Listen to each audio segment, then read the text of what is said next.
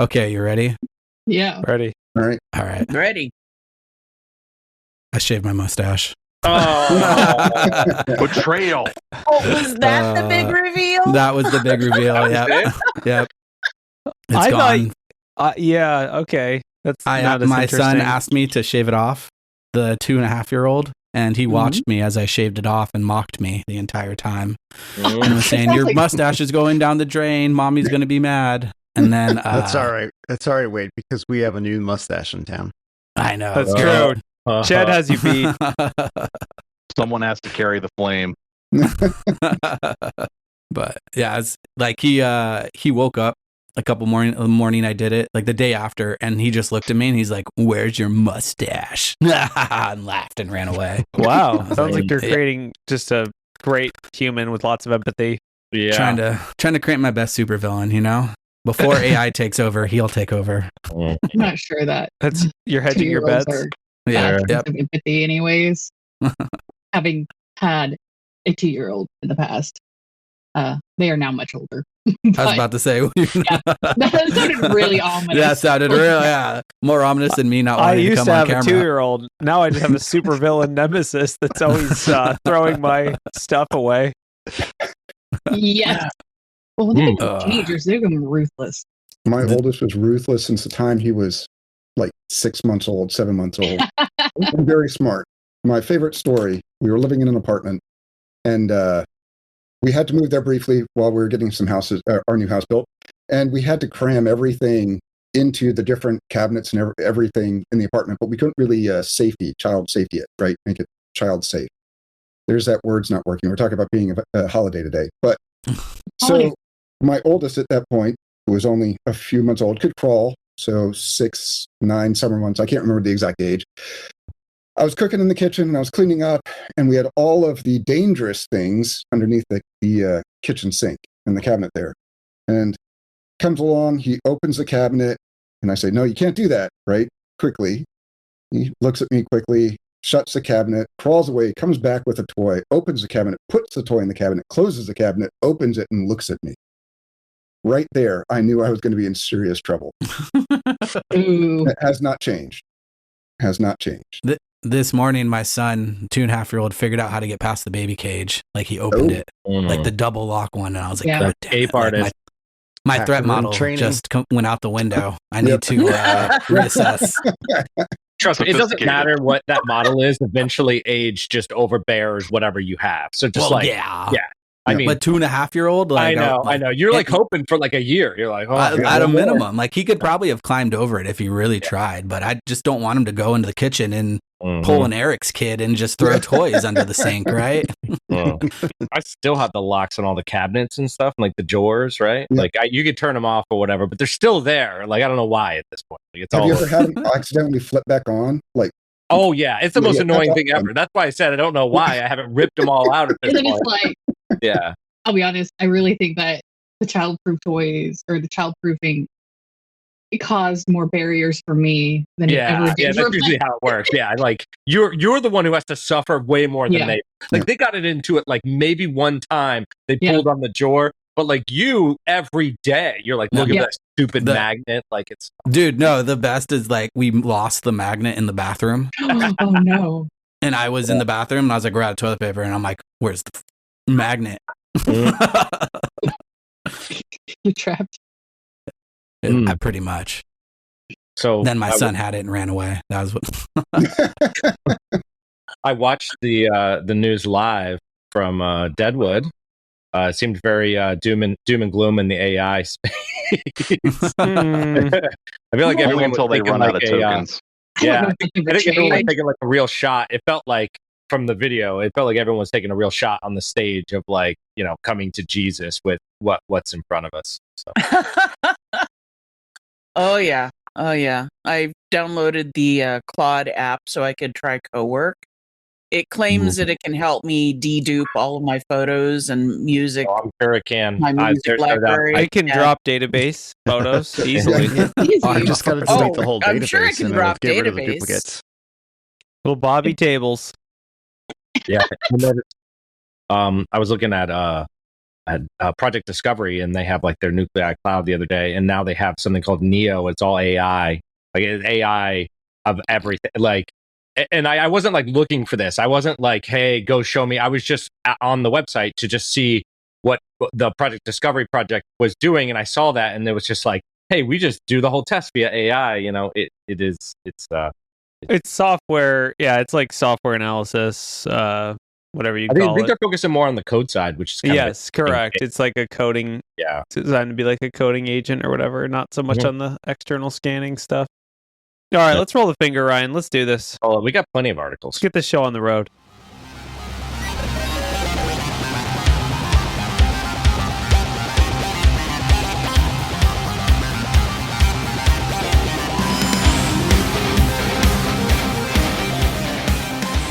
It's February 16th, 2026. How's it going, everyone? Who went to Denver? Who was in Denver? I was in Denver. I saw Ched there. Eric, Jennifer, Ralph were not there. Ryan was there. Wade was not there. Wade's mustache leaked online before this podcast, sadly. For the audio listeners, imagine a man with no mustache.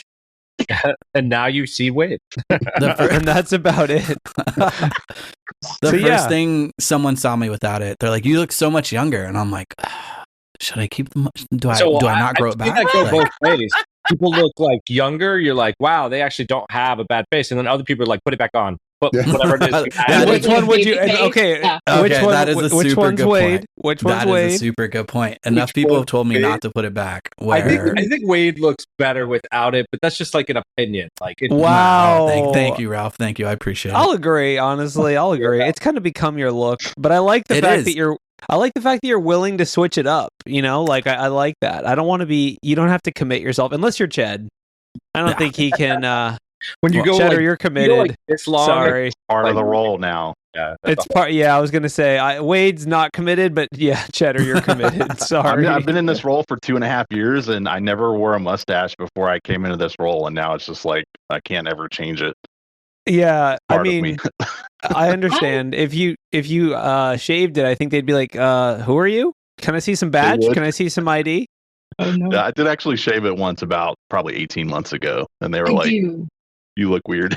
So desperately wish that, like, you know how like female dwarves get like full beards and everything. You want a full beard? I think I would look really cool with like a full beard. We need a filter. Someone turn a filter on. Full this beard. This is personally relevant to me because one of our cats likes to groom my beard like aggressively. So my and he likes me way more than he likes my partner, and so she's always like, "I need a beard, then he'd like me more." I don't know if that's true, but you know, I guess try it on. Yeah, we have to get our fake beard and see if that works. Oh, I don't know. My dad he was firefighter, so he had the nice big bushy firefighter mustache. Amazing. And we had cats, and he was horribly allergic to cats. This one cat, Fuzzy, of course, loved to just groom him, and Dad would be sitting there and he'd have just, you know, tears and sniffles and all that, but you know, it's your cat, what are you gonna do? Yeah All right, well, let's get started with the actual podcast before we go. I'll introduce everyone. I'm Corey. I'm a skill issue. I'm a supply chain skill issue. I'm waiting to infect your Claude AI with my skill. Skill.sh. Yep. We got Bronwyn, who's our cybrarian here to cite things and look for sources. We have Eric, who's I guess one of our official guests this week from Secure Ideas. We also have Jennifer from Secure Ideas, an official guest. They're doing webcasts coming up, so I'm sure we'll plug them at some point. But they're doing webcasts on, I'm assuming, web app stuff, maybe. Oh, nope. Looks like Eric's is about Active Directory. That's exciting. Not web apps? Wow. No, not web apps for me. There's more than one secure idea? I don't believe you. I thought it was two. There's at least two. Web apps and Active Directory, honestly, that's like half of your security. That should be about half of your security program right there. And then, yeah, Jennifer's going to do some web app stuff. It looks like evil API testing. Ooh, and maybe some keys for not cars. Exciting. Yes, AAA, because you know the majority of issues with APIs are authorization, authentication, or access issues. Like 7 of the top 10 issues Yeah. Yeah. Makes sense. I mean, we talked about it on this show, but at one point, all the keys for Kias and Hyundais were just USB. So there was that. It works. I don't have them in arm reach, but I do have a whole bunch of like the fleet keys for cars. So like, there's like a whole bunch of like Ford F-150s that I can open. Yeah. So, oh no. Yeah, this is like a known thing. Yeah. Yeah, we also have Cheddar, who's our I guess I'm gonna say our audience spot, who's here to say the worst shit post that he can. Oh, sorry, swear jar. No, I don't know. You share what you want, Cheddar. It's on you. You can. I see you in the Discord constantly, so I'm excited. I'm the informal morale officer, so yes, morale suppressor. The morale up. We got. Will continue until morale improves. Is that the way this works? Yeah. We've got Ralph, our family restaurant coordinator. What does that even mean? Well, explain. I made you explain the iguanas. No. So I picked the restaurants that we go to. I see. Yeah. I see. We have a kids travel agent and a family restaurant coordinator. I feel like we're going to Chick-fil-A too much. That's my feedback. We got Wade wading through agents. Ooh. Who shaved his mustache. We already talked about that. Sorry, Wade. You need agents to launch other agents. It's already a thing. I got agents in your agents to get you more agents. So you can There's no security vulnerabilities. It's fine. And then we have Ryan making us look bad and sound good. What's better? All right. Anyone have a first article? I got some spicy articles. We can start with spicy articles. Yeah. We can start with some spicy articles. How spicy we talking? Habanero? Not that spicy, but it is hot nation state on nation state action theoretically. I think like most spicy food, this is kind of a nothing burger, and you'll just go numb after reading it. So the article is that basically a source, unclear what the source is, but sources are saying that Palo Alto chose not to attribute a threat campaign or like a hacking campaign to China because they're worried about retaliation. There's no real source. Again, it's like sources inside Palo Alto, but some whistleblower decided. So essentially they attribute it to, instead of explicitly saying China, they said threat actors operating within Asia, basically. Asia's big. Yeah, I mean, Asia's big. Yeah, I think. Yeah, a state-aligned group that operates out of Asia. That was their exact statement. So China, period. China. So China, right? There's Yeah. So this is a nothing. I think this is a nothing burger for two reasons. Because one, they already got banned from China. We talked about that 2 weeks ago, right? Like they already got on the Palo global. Alto got banned from China. Yeah. Yes, they did, along with every other U.S.-based and Israeli-based cybersecurity company. We talked about it on the news, and then we talked about how they. Okay, so they chose not to tie China to a hacking campaign for fear of retaliation, and they got retaliated against anyway because they're a U.S. company? No, other way around. No. What happened is they already were banned, and then this happened, and now everyone's like, oh, but they're being soft gloves with China. It's like, okay, I don't really get the angle here. Also, my favorite quote that they kind of took out of a context, which I'm curious on Wade's take on this, but they basically say, in part, it says, attribution is irrelevant. Wade, what do you think? True? False? Definitely not. This kind of screams like how the U.S. government's not supposed to attribute Russia anymore. Yeah. If you remember that, right? But this one almost seems worse. It's one thing if your quasi-government says it. It's another if you're trying to do it for profit. Does that make sense? Which one is worse? I honestly could go back and forth, but I don't know. Yeah. I mean, I don't know. Most people attribution does not matter at all. Yes. I'll give them that. But if you're some big Fortune 100 with a lot of intellectual property hanging out, you better be hardening for China. So. Yeah. I mean, I don't know. I think, Cheddar also posted in Discord, that they have 70 employees in China, apparently. That's not as... I feel like that's get them out of there. That's not enough to be worth it. That's like an Advon party at that point. That's not even anybody. No, yeah, that's nothing. Yeah, I don't know. Whatever. Who knows? I just think it's interesting that they're getting called out for this and that it made it into Reuters or however you pronounce it. I think that's an interesting. Just Reuters is Reuters. Reuters is pen testers. You're confused. Yeah. That's all I can see though. So yeah. helps mentally whenever I read that. I always say Reuters in my head. So I do too. I thought it was Reuters. I'm right there with I don't you. know if I've ever had to say it out loud until this exact moment. So I think it's Reuters, but I don't know. Maybe Reuters is people that do steroids. I don't know. I've said more stuff out loud in this podcast, not Reuters, that I'd never thought I would say. So it makes it's right on par, right? If you're dyslexic, it's pronounced All right. Rooters. Rooters? No, is it? Okay. If you know what it is, don't put a GIF in Discord that explains how to pronounce it. Okay, now we can't pronounce it. Did you know that they are the world's largest data broker? No, really? Do a web search. Okay, I'm reading a Reuters article that says that they're definitely not bad or evil or anything. So I think that's.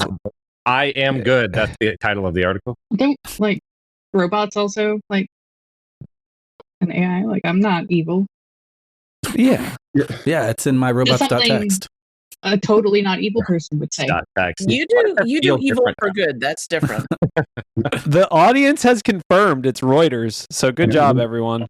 All right, let's move on to the next one. So let's say I'm an AI and I really just need someone to go commit a mild crime for me. What do I do? Like, what do I do? Well, I have an answer for you. We can go to rentahuman.ai and we can rent a human. Like, okay, I really wish you would have given me like a warning, because when I opened it, I was really nervous and I thought maybe I should have opened this in a different browser here somewhere. I mean, okay, let's book Dylan. Hold on. Dylan's working hard. Ryan, let's dive in. For the audio listeners, there's a man named Dylan that we can book. So this is a website where supposedly AI agents. Let's click on that first image there.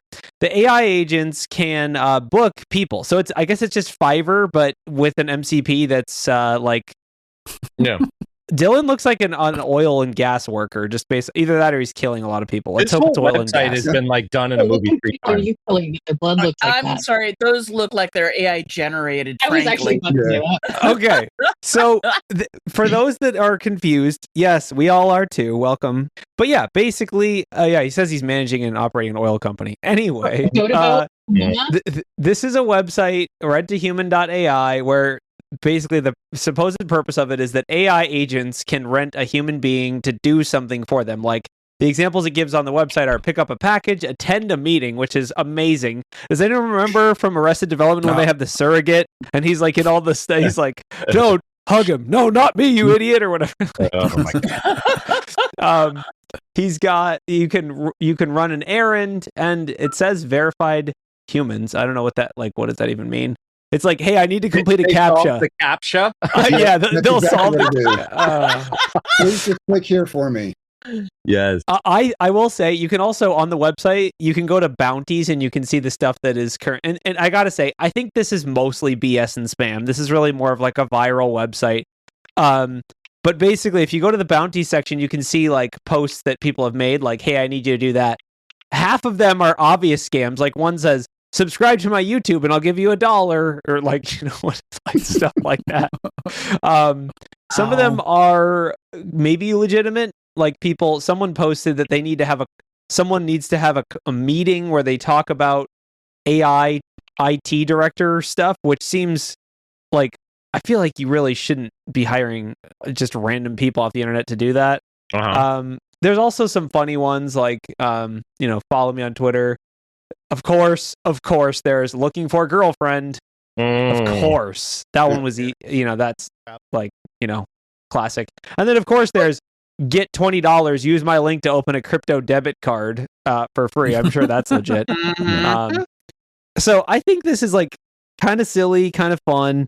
Also, just totally unnecessary because I'm assuming something like Fiverr has an MCP already, right? Like, doesn't this already exist? Like, you don't need this. So supposedly this was like the Multbook thing, right? So do you have the AIs talking to each other and they're, starting this little social network. But then the idea is that I could just essentially task out this work and then the agent would then go get a human to do the stuff that it couldn't actually do in that process, right? So that's like... and I don't know if this YouTube video is being made right now, but I'm trying to explain it. yeah. I need a YouTube video where someone signs up as one of these and completes like a week's worth of tasks and just tells us what they had to do. Like, what is it? This one is Silk Road 3, but less exciting. Yeah. Yeah. I mean, it sounds like just like a money laundering activity as well.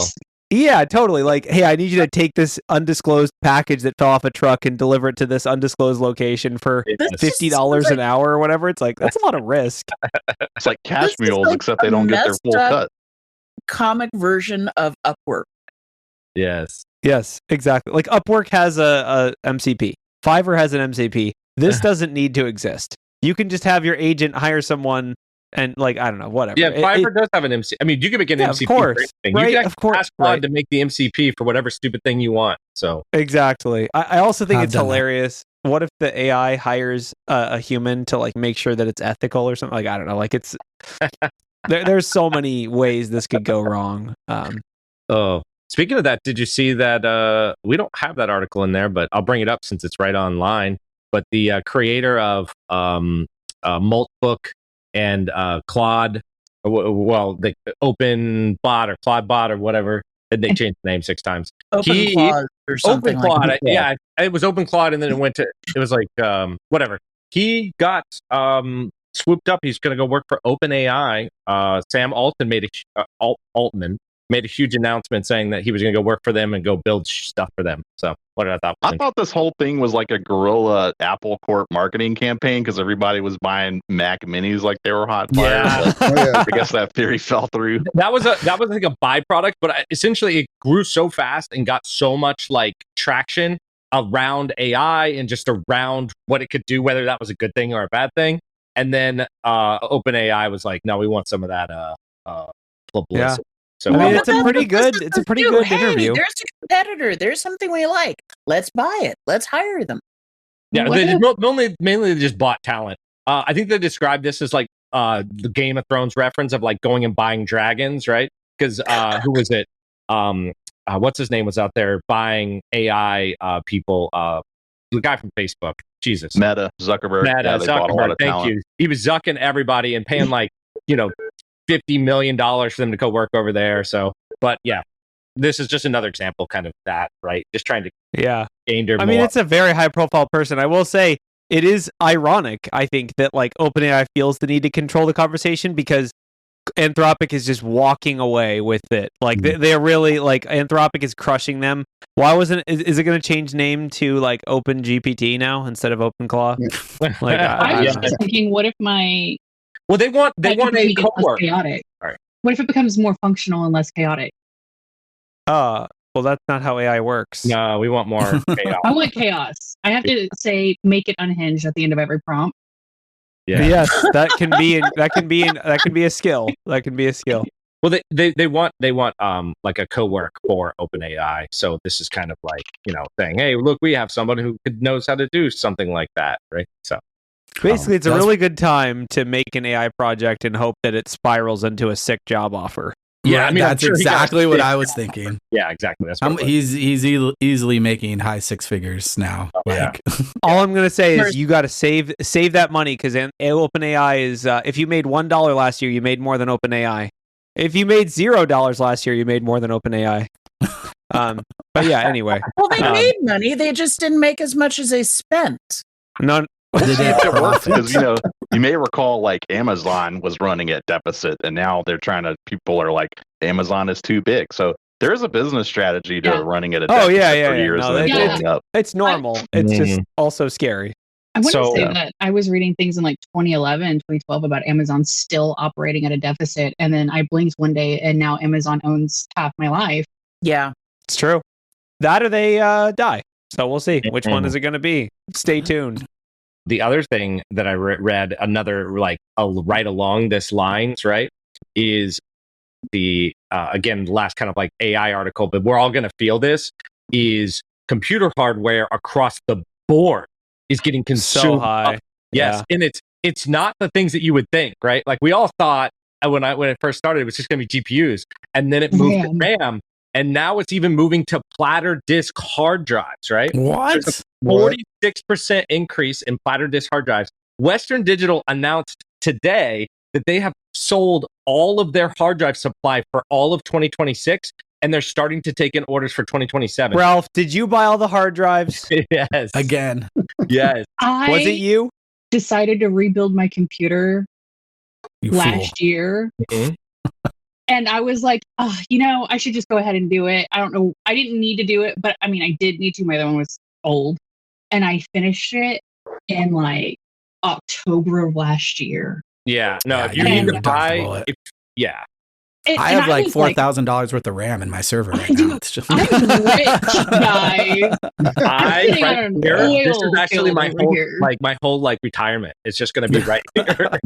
Dude, it's like in COVID when you had like the throne of TP and you were a god. Yeah, it's like that. Yeah. But it's just with RAM. It's like, oh, your Proxmox has 256 gigs of memory. Like, wow, you're god. Like, so I don't know. I guess the TLDR is that it is not going to get better anytime soon. So if you are waiting to buy anything from a hardware perspective, go ahead and buy it now, because it is going to get more expensive this year and into next. And it really doesn't matter what it is. Anything, the RAM, the CPUs, all of that stuff is all getting bought up because... Again, no, monitors are cheaper. AI doesn't use monitors, dude. Yeah, monitors are probably going down. For the computer, you can't according to this graph, according to these graphs, it is getting cheap. Monitors are cheaper. Everything else is up. Everything else is up. But anyways, I just thought it was wild. And, whenever they announce, whenever you see announced that says, Claude or Anthropic got $300 billion, that means that the price of everything's going up more because they're just buying servers. That's all they're doing with the money. They're just buying servers. So, yeah. I mean, it's bad. I was going to say, bad time to get into home lab, but I work for a state entity, and the state entities do surpluses. So you look at the surpluses, search for those online, eBay, garage sales, Goodwill.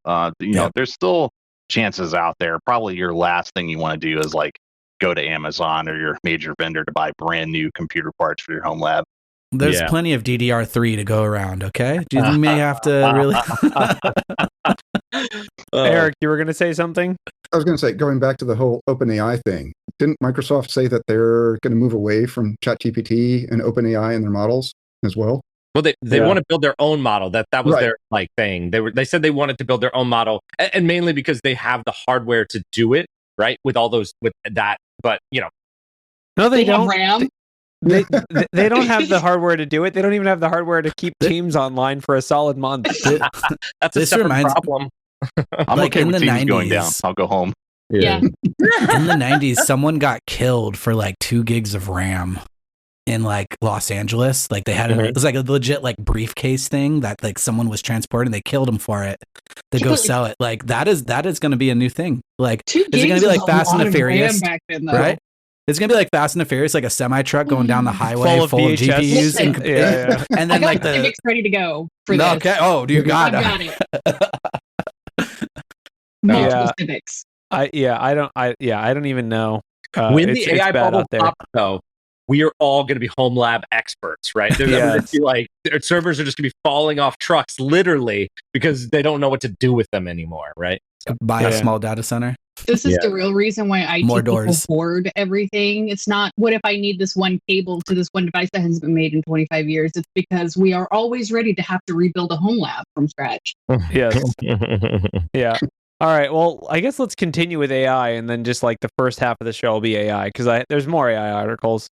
So Google Threat Intelligence Group posted a really interesting write-up on kind of like how threat actors are using AI. Like, we already know this is a thing. We have, some good information from Anthropic from a couple months ago, but now Google's getting in the mix. This was posted on February 12th, so last week. Basically, it's just an interesting read on how threat actors are using it. This is obviously activity that they caught. Sure. And basically, it's just kind of running through how threat actors are using AI to accelerate the attack lifecycle. Who would have thought? Productivity gains and recon, social engineering. This sounds like my team. This is crazy. Yeah, I mean, this is how AI works. It speeds you up. If you're an evil person, it's going to make you faster and worse. The other thing, too, is you can spread out these agents to do like smaller pieces of task without like a general of the entire task. So like you don't have to prompt them to be like, hey, do this evil thing. You can give them really small pieces of the task, then pull that back to build something bigger and more malicious. Yes, and I think the more interesting, the report goes into a bunch of topics that are listed there at the top, but the other interesting one is model extraction is a priority. That's how I feel like it's a real threat actor, is basically meaning, if you're not an AI expert, from my understanding, that means they're actually trying to extract and distill information from the model so that they can steal intellectual property from Google, basically, and build their own, evil version of the model that isn't, doesn't have guardrails, doesn't have monitoring, and yeah. So basically, it's a good read if you're in AI, even if you're not. Just expect that threat actors are using AI. Yeah. If you're a pen tester and you're not using it, you're missing out, because it can build rapport with your social engineering targets. It can build phishes for you. It can analyze your code. It can, do a bunch of fun stuff. So threat actors are doing it, and so we should too. Yeah, if you can 10x your not illegal work, you can 10x your illegal work. Totally. Totally. The other, couple of AI things, there was an interesting post on prompt armor that was basically just a fun example of how, a prompt injection attack. I think prompt injection is the hottest thing. That is for me, I stay up, I'm waking up in the middle of the night being like, how am I gonna prompt inject all of our customers? Because there is so many ways that this can happen, and there's so many different vectors. This post from Prompt Armor is pretty interesting, of just specifically this affects OpenClaw, but it would probably affect almost any AI that's previewing links. So essentially, if you scroll down, Ryan, to the section that has instructions below that. So here's the prompt. It's literally just, you send a link into the AI, and then you put basically the prompt injection attack in the link, and then you tell the AI to replace the sensitive, section of the URL.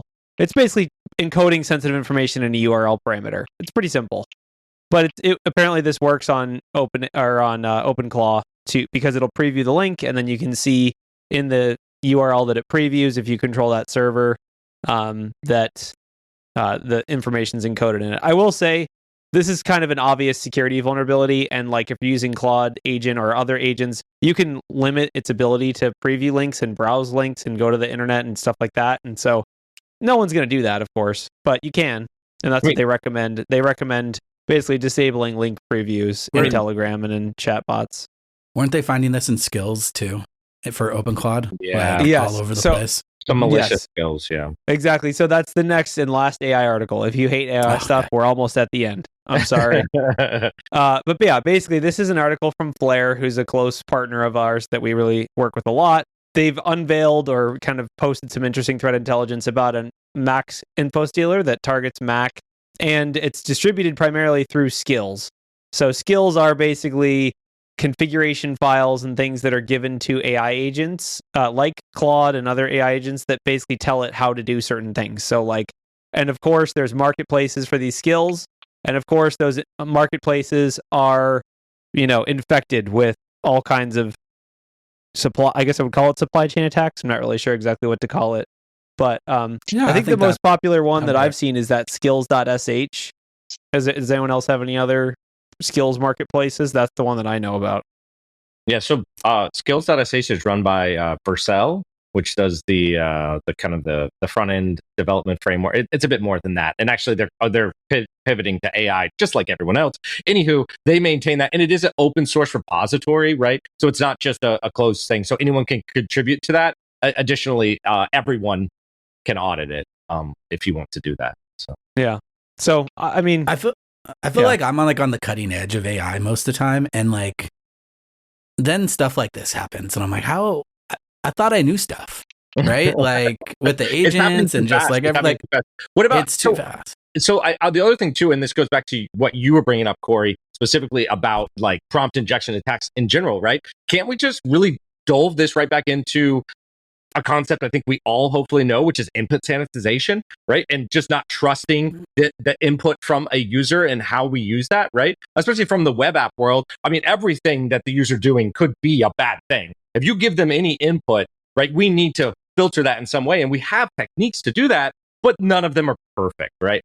There's still ways to essentially bypass them, which is the next CVE we all haven't discovered, right? So the problem is or go ahead. If someone else has a take, no, I was just going to say, in just, basic security, we talk about these layered defenses. And in classical computer science, we talk about heuristics, and keyword search is pretty easy. So you wonder if just solution to this is to put your text-to-text generative model behind some sort of heuristic that's like, and I'm sure someone's probably already working on that. Yeah, so I mean, there's a couple techniques. I mean, one of them is to do what you kind of described, which is actually to have the summarizing. So what you can do is you can have a model summarize it before you actually ingest it.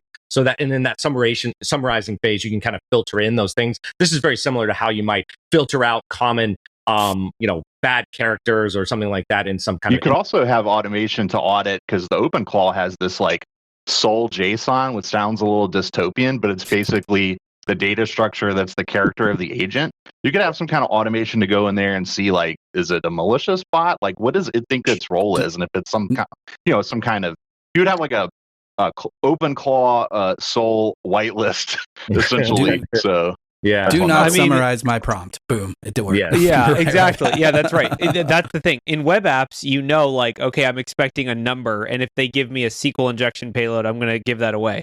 But in AI, the more you restrict the prompt or guardrail it, the less features you get.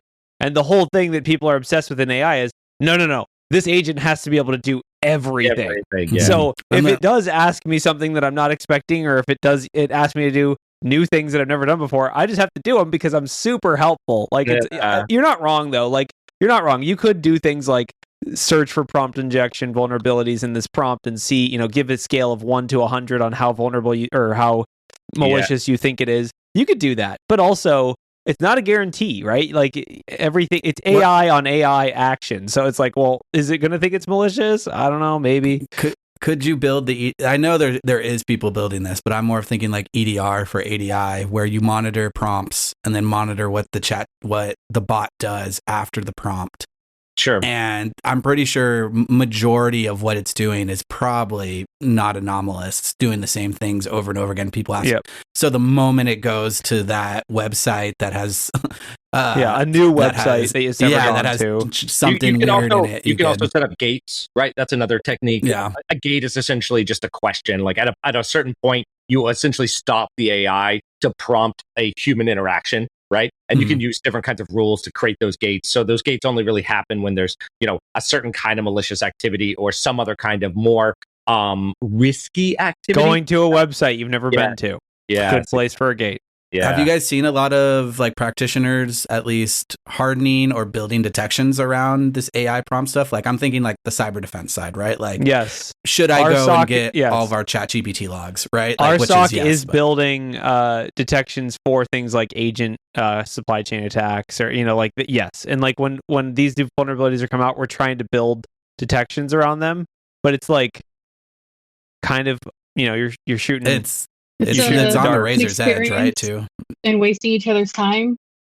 It's the attackers find new ways around it, so you make new controls for those new ways around it, and then they find new ways around those controls, and it's back and forth until the end of time, basically. Yeah, but that's been my life for the past 10 years, right? Oh, yeah. Same as it's always been. No, it's totally different. It's AI now. It's faster now. It's got what plants crave. No, it's. I will say that. Okay, yes, all these jokes are 100%. That one. all these jokes are on the money, but I will say the biggest thing that's making it challenging is there's a huge top-down executive push for this, and that hasn't been the case for a lot of things. Yeah. It's been a minute. I mean, okay, we still know that we have bad conditional access policies because our executives demand it. Like that, let's just put that aside. This is the next thing that executives are demanding. Oh, I want to have my personal assistant be using AI heavily, and that means you have to provision API keys for all of our tools into this tool that my executive assistant is going to use. There's a lot of top-down push for this because rightfully so. Like, I'm not saying executives are off base, but they're basically saying you guys have to do AI stuff or else we're going to lose as a company. And so that is basically, they have carte blanche to say, security, you guys get overridden. We're going to put the API keys in the agent with full permissions and just hope for the best, and that's the risk we're going to take. Or you just provision them with a password manager, and you get an API key. Everybody gets an API key. There's password managers for that. It'll work. Bonus points if they hard coded the keys. All right, that's enough AI. Let's move out of AI. If you hate AI, you can start listening to the podcast now. We'll skip. Is there an update on this? We want to jump to the wonderful topic of age verification. Yeah, we covered this in the live show. I don't know. Has there been any updates? I mean, basically, this is still a thing. Like, is anything new? I don't think so.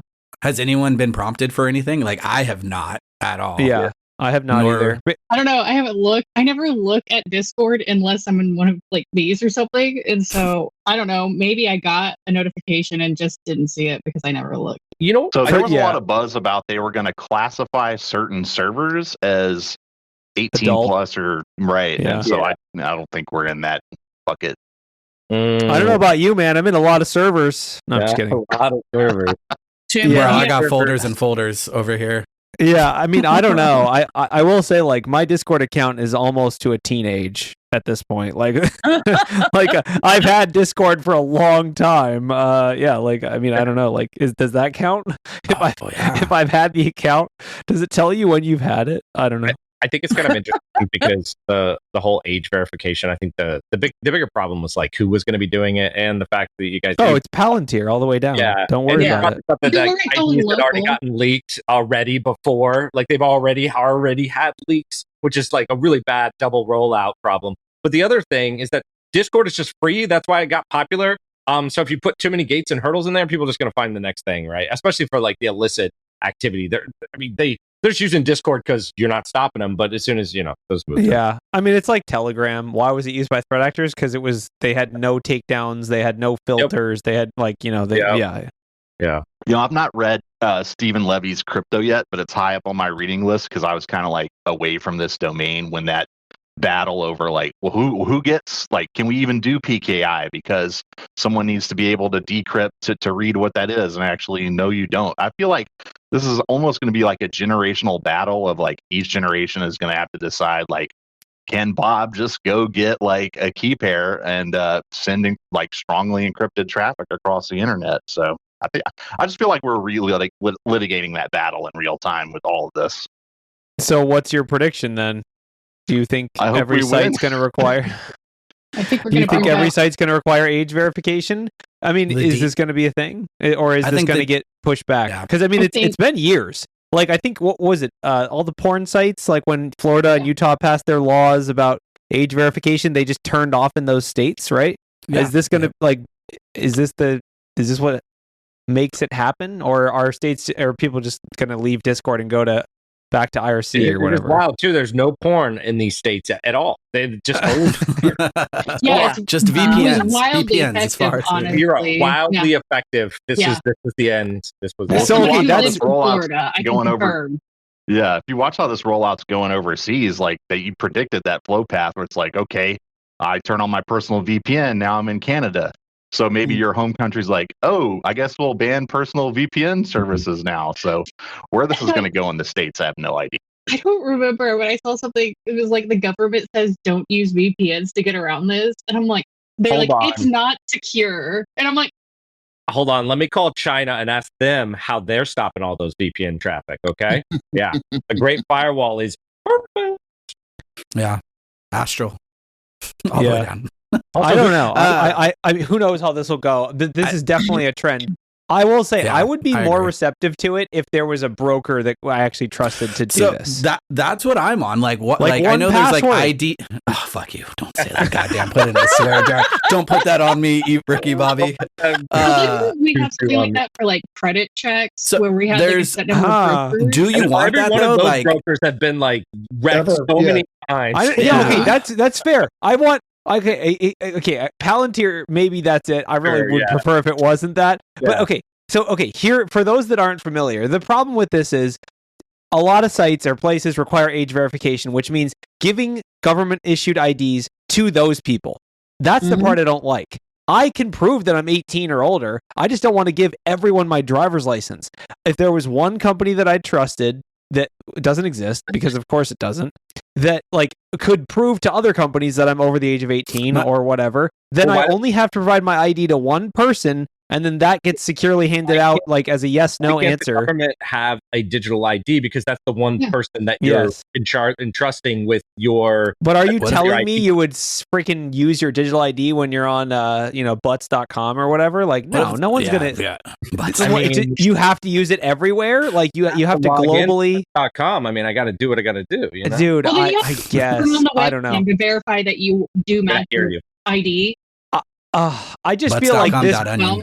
I feel like this breaks the internet, right? Like there's so many sites that if you had to prove that you actually were a human and you were 18, people would just never go there anymore. The majority of the websites I go to, I would not. But hold on. But you don't need to. They don't need to know who you are. They just need to know how old you are, so that you could set up a token system that just says, "Are they old enough? Yes or no?" Not who they are as a person. Yeah, but how can that be monetized by big tech?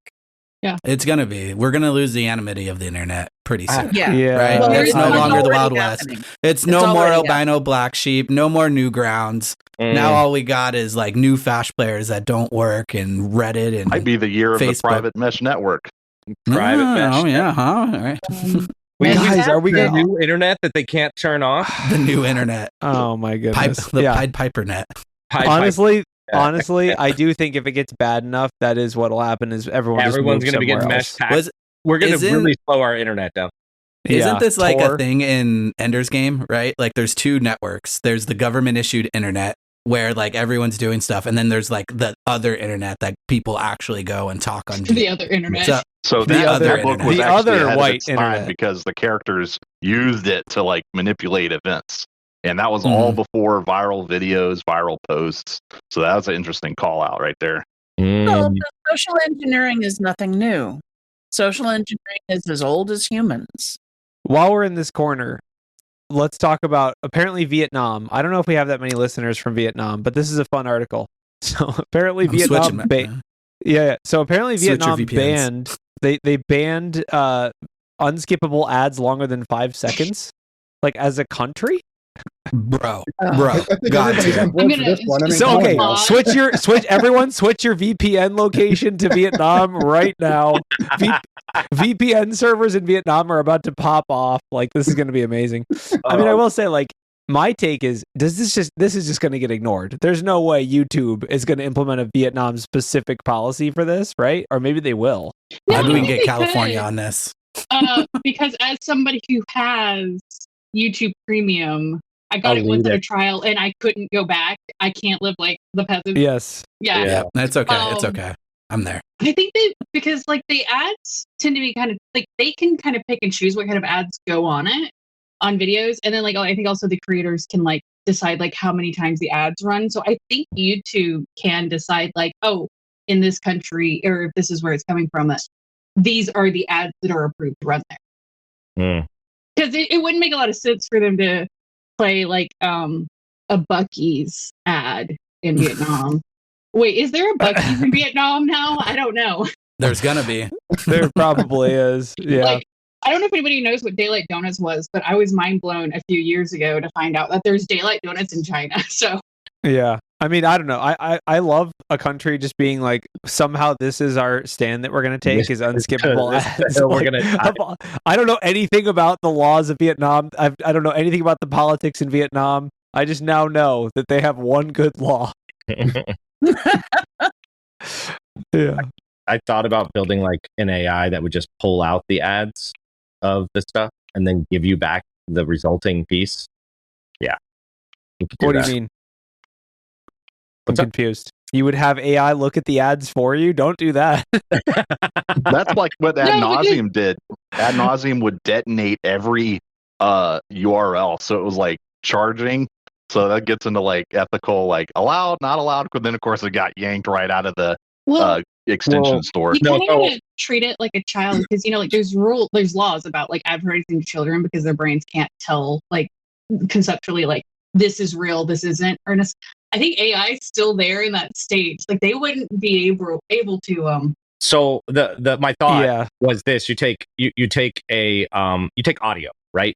You can use Whisper or there's a couple other models, right? And you transcribe that audio to text, and then you have the AI read all of that text and then go find the ads.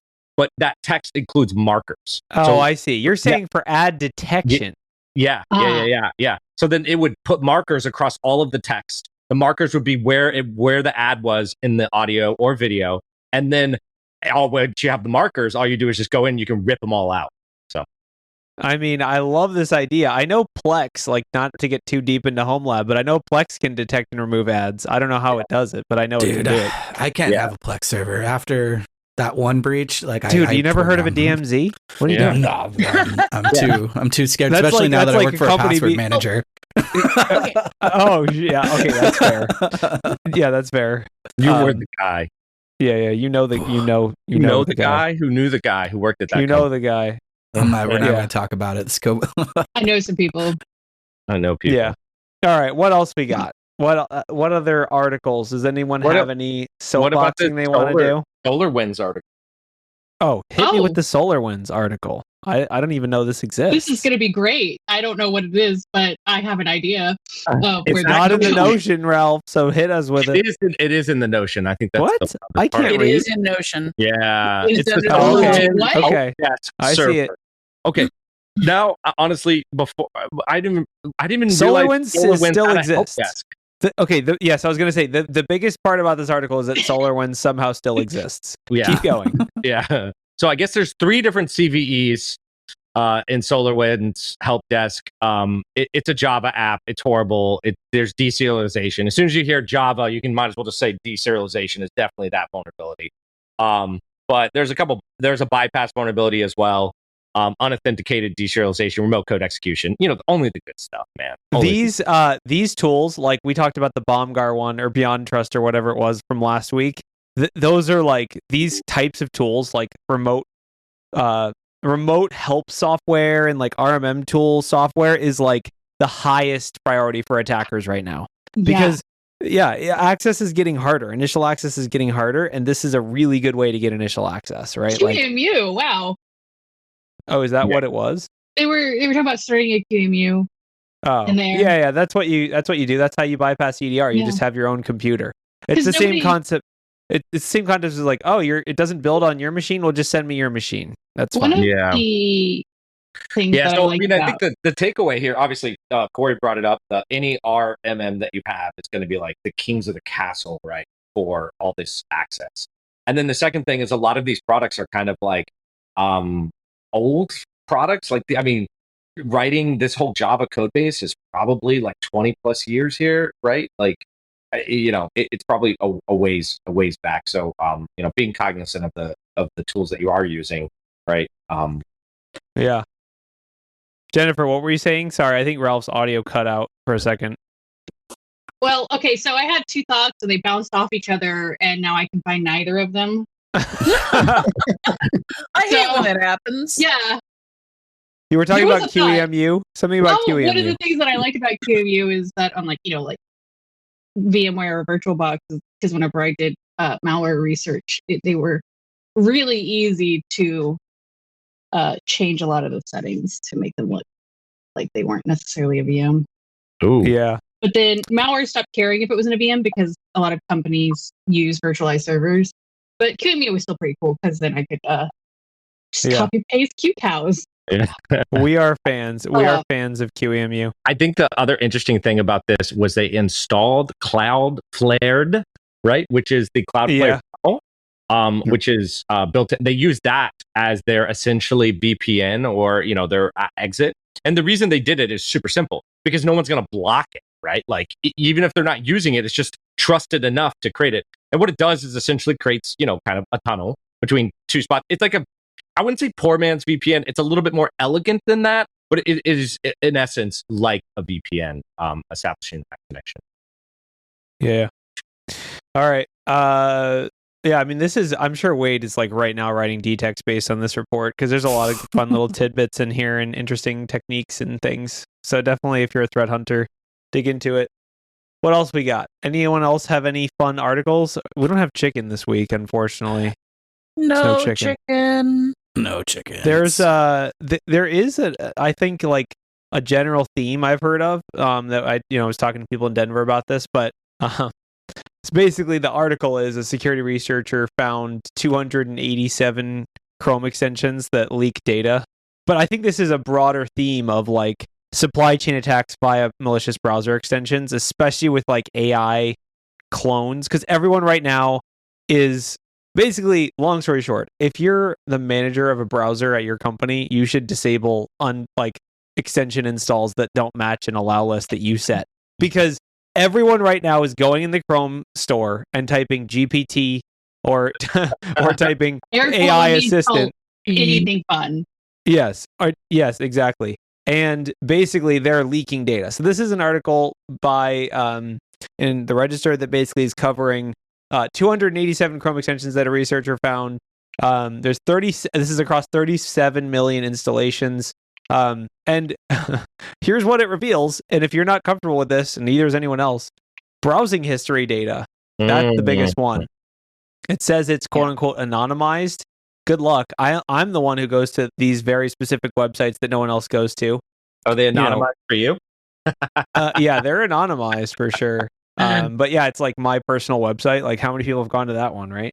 Yeah, like that's a crazy thing to leak. Or like internal sites, not to mention that, right? Like you're leaking your internal. Someone just tell a politician. Websites. That's all we need to do. They'll make sure this is all cleaned up. I wouldn't want my company's internal sites to get out. But if somebody just wants to deal with the weird things that I Google on a daily basis, you are more than welcome to look through it. You will probably leave a worse person.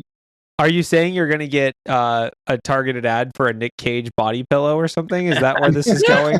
Listen, okay, I have put one of those on my Christmas list for the past 3 years in a row, and it still hasn't happened. What if we go to rentahuman.ai and hire someone to write us a chicken news article? No. Well, we'd have to have AI do that. Yeah. Why couldn't I just have AI do that? Couldn't? Yeah. Let's have AI do it.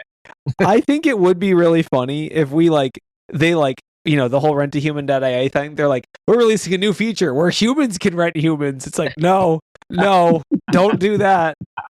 We've already done that. It doesn't work. That's where they make the money, though. They got to be the market. They take a cut. It's a little percentage, like an Uber. Silly.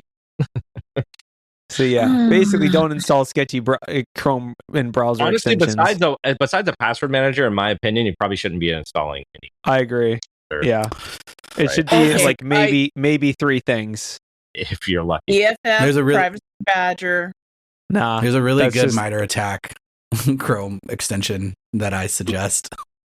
Okay, so there's 3: Privacy Badger, Password Manager, and apparently whatever Wade recommends.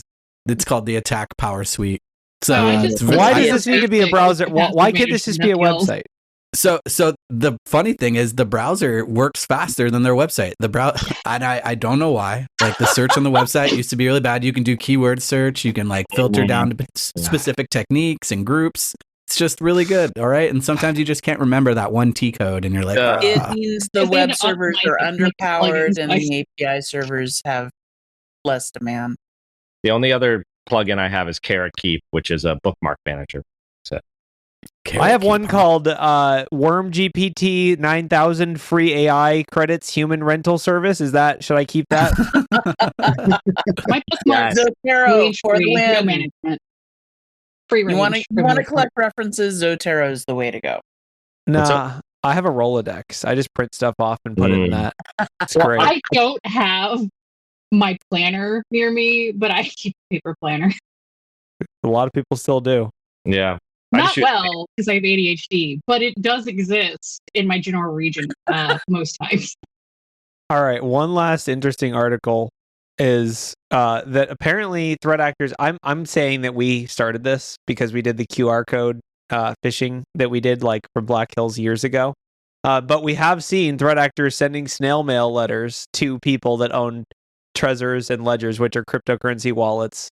They're sending physical letters, and they're including a mandatory authentication check to avoid losing access to wallet functionality. Of course, it's a QR code. So yeah, we talked about this and blogged about this years ago, and now I guess threat actors are picking it up and doing it. But basically, if you have one of these crypto wallets, honestly, if you have any crypto wallet, just ignore all communications related to your crypto wallet. but if you have a crypto wallet and you get a fake letter from some random person, on a side note, if you're on Hire Human and you get hired to send people snail mail with QR codes in it, don't send that snail mail. Yes. So the FBI will be visiting you shortly. I guess, shocker, and this is related to what you just said, Corey, but money laundering with crypto is up a ton, right? Yes. And the reason why is really simple. People take these jobs. They're like, hey, I'll get you Monero or whatever, Monero, excuse me. And I'll take a little fee. And they're like not actually doing anything wrong, but they not asking any questions either. And they're essentially laundering. The drug cartels are using the hell out of this, and law enforcement is having a hard time stopping it because it's just some guy who goes and picks up cash or exchanges it and, does it on the side. And it's like a gig work for them. And they don't really think about it. They don't ask questions. And there's tons of them. It's so easy to start this thing. And Wait, you mean you can go to jail for the gig economy? You can go to jail for this. Yes, you can. You whole absolutely thing about this guy who did something like that, and now they got him for RICO charges. Yeah, I saw this article. Yeah. I know exactly who you're talking about. I saw this. Just so everybody knows, the USPS investigators have nothing to do but get an airtight case. They are the most effective branch.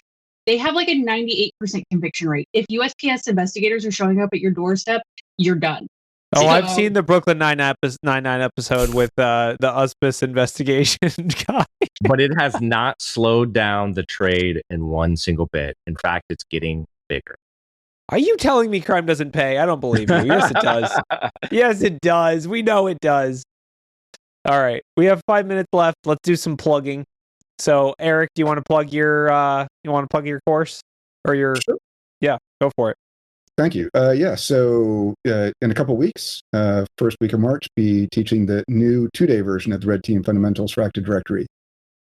It's a mix of both how to attack and how to defend common Active Directory attacks.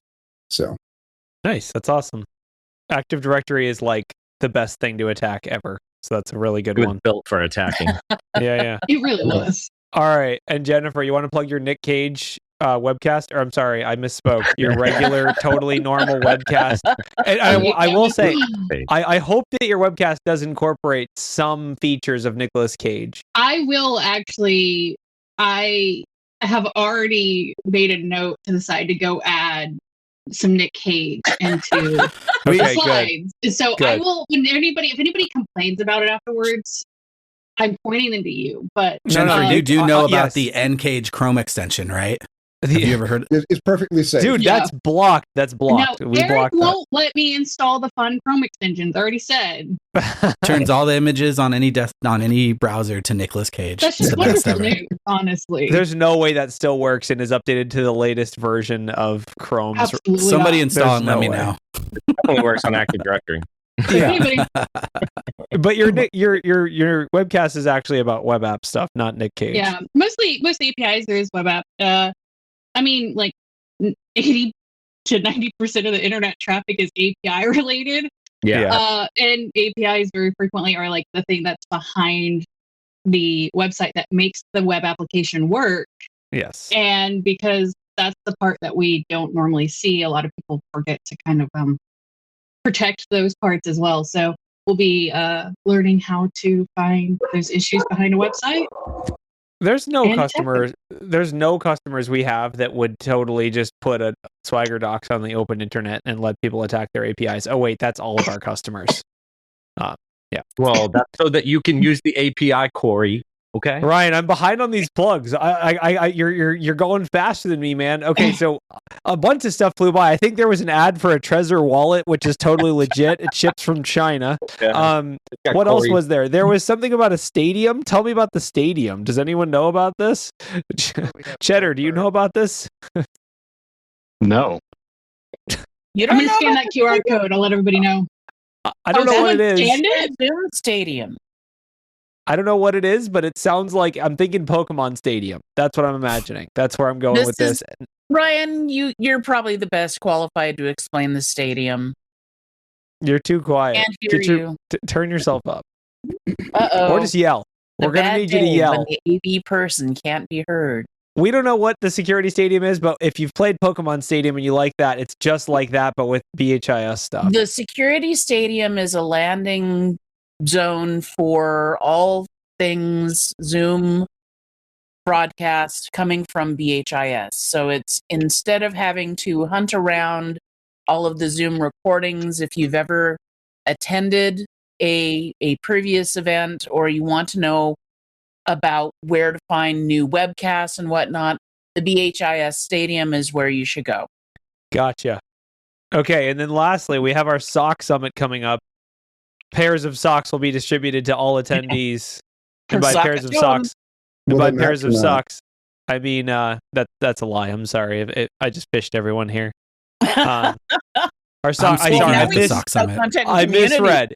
It's just a regular secure operations center summit, not a sock. This is not related. I will say I do have hot takes on socks if anyone's interested. I'd like to hear them. Okay, here's the hot takes on socks. So, okay, years ago, I converted my entire sock inventory to Darn Tough, which is a company that has no questions asked, lifetime warranty on socks. I've got them. Okay, so I'm only Darn Tough, and I got to say, recently I went through all my socks and I found 8 pairs of socks that had holes in them, and I shipped them, and they gave me a code to buy 8 new pairs of socks for free. And I don't think there's socks right now. I don't think there's any company on the planet that would do a no questions asked lifetime warranty on socks. You have to get a bunch, though. Here's the secret: if you just buy one pair, right? Yes, you got to go full send. Yeah, because literally right now you have to send a bunch back because you got to pay for shipping. So I don't want fancy things on them, though. I just want they're expensive. I mean, you're going to pay. They are expensive. They're paying for the warranty. But yeah. All right. That's the webcast. I'm glad we got to cover some. If you want to learn about actual blue teaming stuff instead of socks, attend the Sock Summit. You still need to I will be speaking at the Sock Summit. I still need to do my slides. I forgot. And socks are not required to attend. You can be barefoot. It's okay. I don't know. Please wear your socks. It depends on the shoes. Maybe don't wear socks with slides. Or how about just don't show your feet? We don't want to see feet. That's a whole nother part of the internet. Speak for yourself, Wade. Yeah, you don't know her browsing history. Nick Cage's feet. That's how I make my living. That's the problem. I do know her browsing history because of the Chrome extension. The Chrome extension. Yes, you got her with the N Cage. All right, thank you. Thank you everyone for coming. And we'll see you all next week. For those that joined us in Denver, it was nice seeing all of you. You're all my fans and my friends, and I'm your fans and your friends, and it's a fun little environment to be in. Corey is our only fan. I think the kids are doing hard like this now. Cut that, Ryan. Cut that. All right, kill it with fire. All right, bye.